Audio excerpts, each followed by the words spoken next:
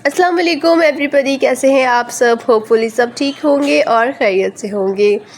हम भी अल्हम्दुलिल्लाह बिल्कुल ठीक हैं। आज का व्लॉग स्टार्ट किया है इवनिंग टाइम से, तो ये शाम का टाइम है और ट्यूशन के बच्चे जा चुके हैं। तो इस टाइम पे अब मैं बना रही हूँ पिज़्ज़ा। मेरा काफ़ी टाइम से पिज़्ज़ा बनाने का दिल चाह रहा था और फ्रिज में ना चीज़ पड़ा हुआ था, तो मैंने कहा कि बस पिज़्ज़ा बना लिया जाए। तो यहाँ पे मैंने लिए थे 2 कप मैदा, उसमें मैंने डाला था 1 teaspoon instant yeast, half tea spoon salt and 1 teaspoon sugar. ये है मेजर क्वांटिटी। तो ये सारी चीज़ें डालने के बाद फिर मैंने इसमें ऐड किया है 2 टेबलस्पून ऑयल, और ये सारी चीज़ें मिक्स करने के बाद आप इसे हैंड से अच्छे से नीट करेंगे। और फिर जो है आपने नीम गर्म पानी लेना है और उसको फिर आटे को स्लोली जो है पानी ऐड करते हुए नीट करना है।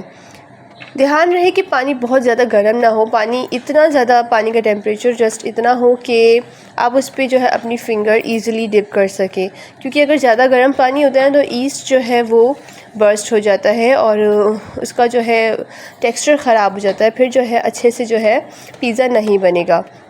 तो आप देख सकते हैं अभी मेरे हाथ में ना ये स्टिकी हो रहा है, तो मैं इसको तब तक जो है ना पटकती रहूँगी जब तक ये मेरे हाथ से ना अलग ना हो जाए। तो अभी मेरे हाथ में ये बिल्कुल भी नहीं चिपक रहा, इसका मतलब ये अच्छे से नीट हो चुका है।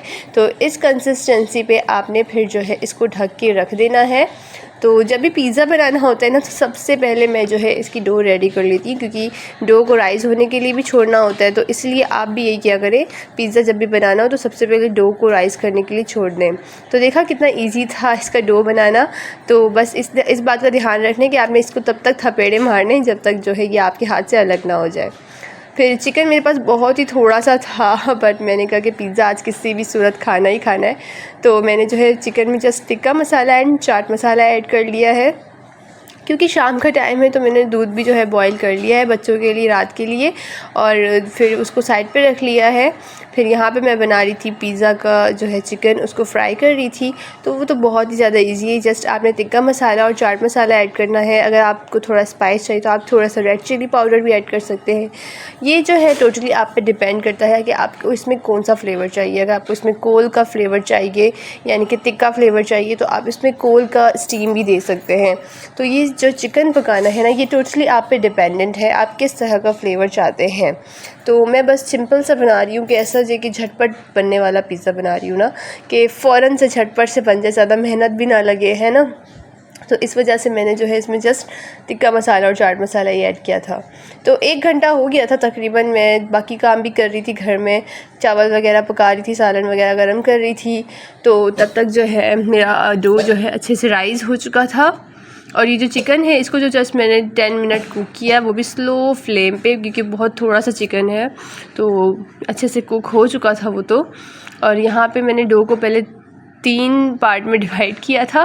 फिर मुझे रियलाइज़ हुआ कि 3 पार्ट में डिवाइड करने से बहुत छोटे छोटे बन रहे हैं, तो मैंने जो है 2 पार्ट में डिवाइड किया।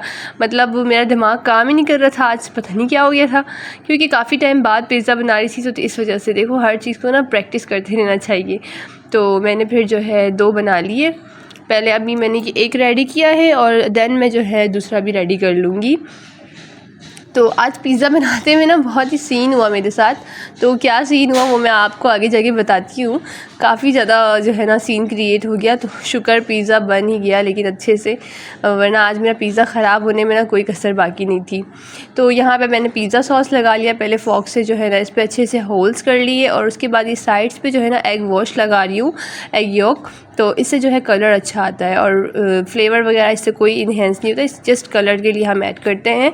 देन मैं इसमें टॉपिंग कर लूँगी। आप अपनी पसंद की टॉपिंग कर सकते हैं, आप इसमें ऑलिव्स भी ऐड कर सकते हैं, येलो और रेड बेल पेपर भी ऐड कर सकते हैं। जस्ट मैं जो है बस यहाँ पे शिमला मिर्च और अनियन ऐड करती हूँ टॉपिंग्स में।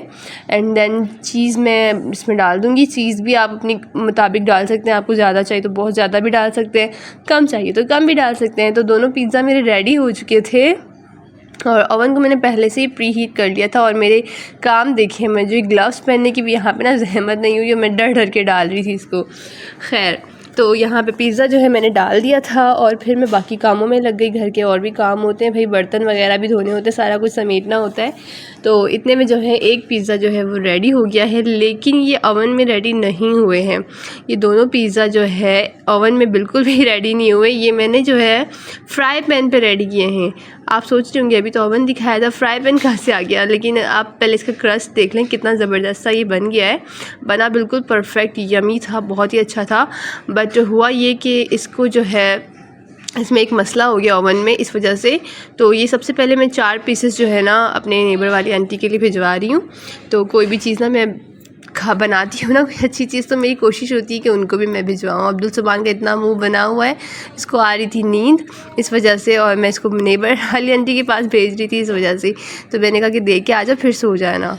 तो देख सकते हैं आप ये फ्राइंग पैन पे पिज़्ज़ा बन रहा है। ये सेकंड वाला पिज़्ज़ा है, पहला वाला तो हम खा के चट भी कर गए और नेबर वाली आंटी को भी दे दिया जितना देना था। और ये सेकंड वाला पिज़्ज़ा है।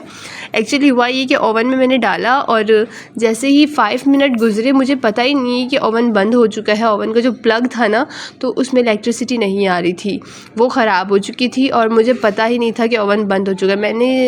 मैं आफ्टर 10 मिनट में किचन में गई, मैंने कहा कि देखती हूँ पिज़्ज़ा किस कंडीशन में है, और जाके पता लगा कि पिज़्ज़ा की कंडीशन ये हो रही कि पिज़्ज़ा सिर्फ 5 मिनट कुक हुआ है।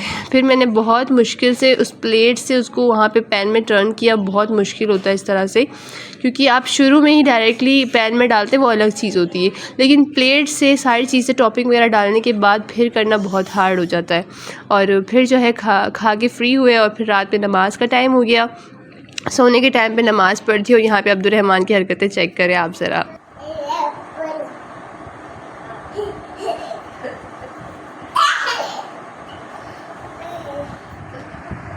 अल्लाह अकबर, अल्लाह अकबर दे।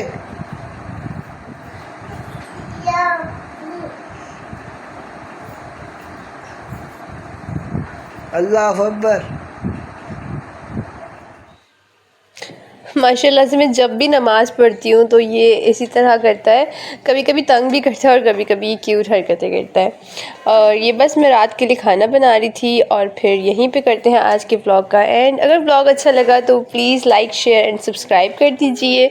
मिलते हैं नेक्स्ट व्लॉग में। अपना बहुत ख्याल रखिए, अपने बच्चों का ख्याल रखिए, दुआ में याद रखिए। अल्लाह हाफिज़।